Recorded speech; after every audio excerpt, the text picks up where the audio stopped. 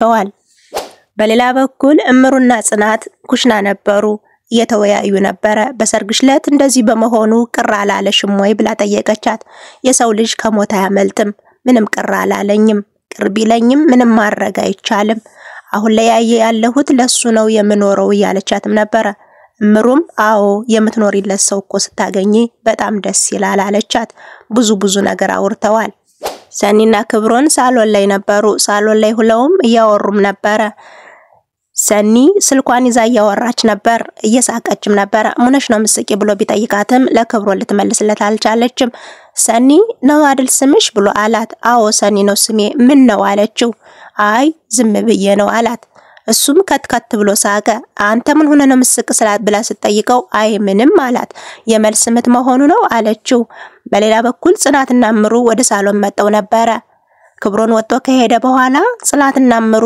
እያወሯት ነበር ሰኒ ምንድነው የተፈጠረው ትሏታል ሰኒ ምን ይፈጠራል ደሞ አለኝ ትላቸዋለች ያለውን ሁሉ በቀልድ እየነገረቻቸው ነበር ክብሮን ነው እንደዚህ ያለሽ አሏት አዎ እሱ እኮ በሳይኮሎጂ ነው የተመረቀ ይሏታል የድሮም የተማረ ሰው ጤና የለውም ማለቻቸው ከትከትም ብለው ሳቁ ሰኒ ከወትሮ የተለየ ጨዋታ ጀምራለች በዛውም ተናዳለች እምሩና ናሆሜ ጋደም ብለው ከወትሮ የተለየ እያወሩ ነበር ያወሩትም ስለ ሰኒ ጉዳይ ነው ክብሮና ያናደዳት ይያላት ነበር አሁን በሞቴ ከሱ ፋራ ጋር ማን ይናደዳል ይያላትም ነበር አው ምግብ ራሱ አልበላችም አራት ቁርጥ ብቻ ነው የበላችሁ ትለዋለች እንዴ ከሷ ሃፒታይት ቀንሶ ምን አለበት ላንቺ ቢሰጥሽ ይያለ እሷ ምግብ እንዳልበላች እየነገራትም ነበር በሌላ በኩል ክብሮን ጽናትና ኪራ ሆነው ሳሎን ላይ ያወሩ ነበር አንተ ይቅርታ አድርግላት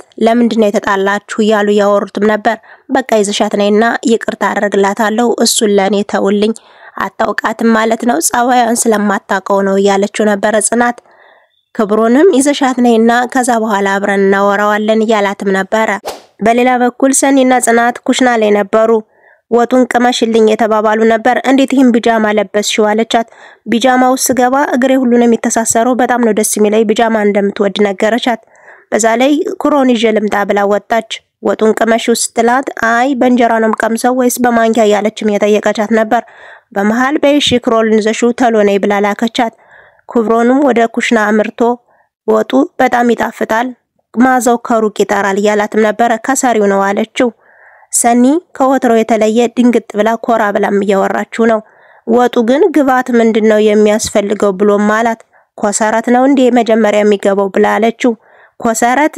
የመጀመሪያ ምግብ መስራት ኮሰረት ነው እንዴ የተባባሉ የኮሰረት ስም ሲጠራ ቤቱን ሁሉ አውዶታል ኮሰረት ምንድነው ያለች ነበር ጽናትም እስካሁን ድረስ የቆየሽ ምን ሆና ነው ብላ ጮህችባት ኮሰረት ብላ ስለተናገረች ክብሮን ከትከት ብሎ ስቆባት ነበር ከወትሮ የተለየ ሰኒ ተናዳለች ኮሰራቱን ሙነሽ ነው ጥለሽ የመጣሽ ኮሰራት ነው እንዴ መጀመሪያ ወጥ ግባት የሚደረግበት ያለቻት ነበር ከዛም ተናዳ ደረጃውን እየወጣች ያለ ሰኒ አንጎላድፋት ወደቀች ተንከባለለችም በኋላ ጮህቷ ቤትና ጎረቤት የሚያውድ ነበርና ሳሎን ላይ ቁጭ ብለው እግሯን እኮ ተሰብራለች ብለው በረዶ በማድረግ ውሃ በመደፋፋት እየተንከባከባትም ነበር ምን ሆና ነው ይያሉ ነበር ጮህቷ እኮ ነው የሚገርመው ይያሉ እየተሳሳቁም ነበር ኪራና ጽናት ሳሎን ላይ ቁጭ ብለው ነበር ራት እንብላ እየተባባሉ ነው ቀሩ ሰኒን እኮ ሳላበላት ነው ያስተኛዋት ብላም አለችው አይታያት አትቀስቅሻት በኋላ ስትነሳ ትበላለች አለ ኪራ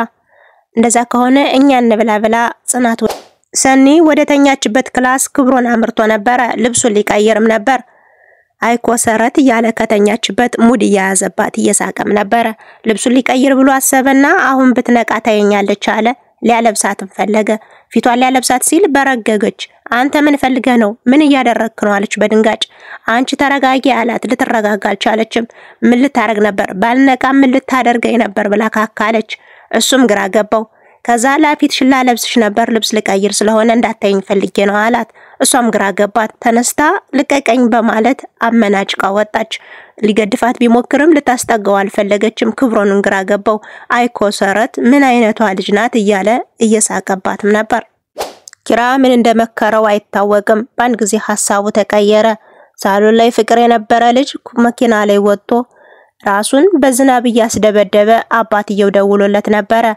ለካንስ ኪራ የሆነ መድኃኒት በእጁ ይዟል። ይዞ እየመጣም ነበር። አባትየው ደውሎ ልጅ እንዴት ነህ ደህና ነህ ወይ ያለው ነበር።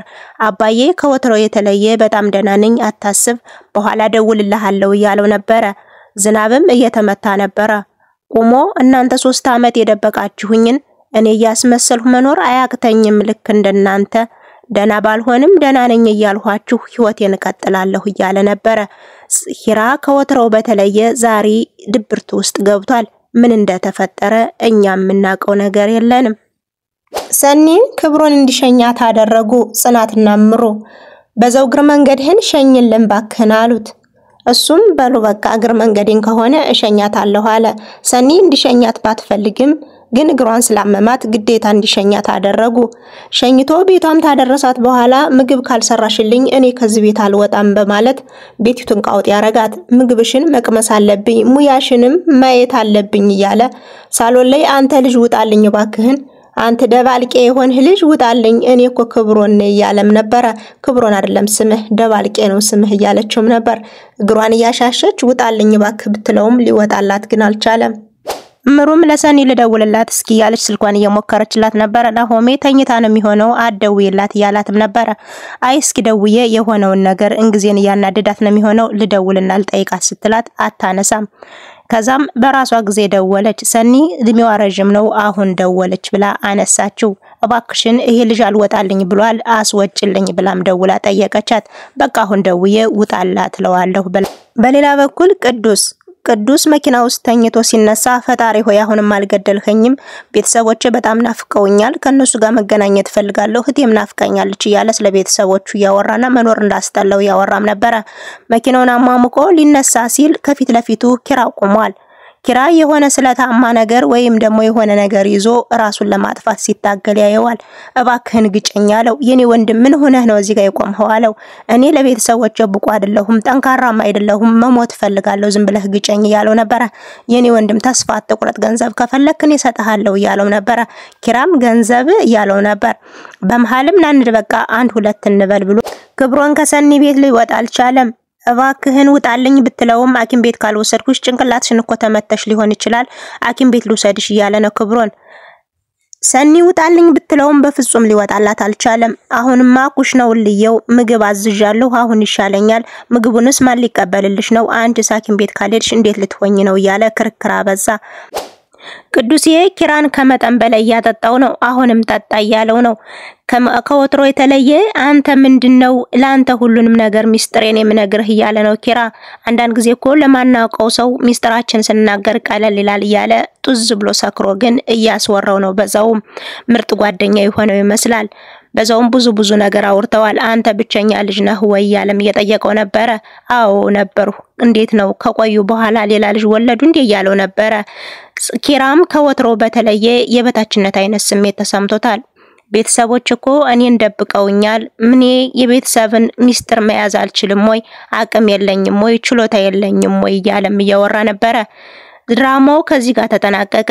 ስልክ ቁጥር ሰጥቶታል። በቀጣይ ሳምንት ምን ይፈጠር ይሆን? አባት አለኝ በማይደክም ጉልበት በማይዝለው ክንዱ ለኔ ከፍ ማለት የሱ መዋረዱ ቅንጣት የማይጥለው ማይገዳደረው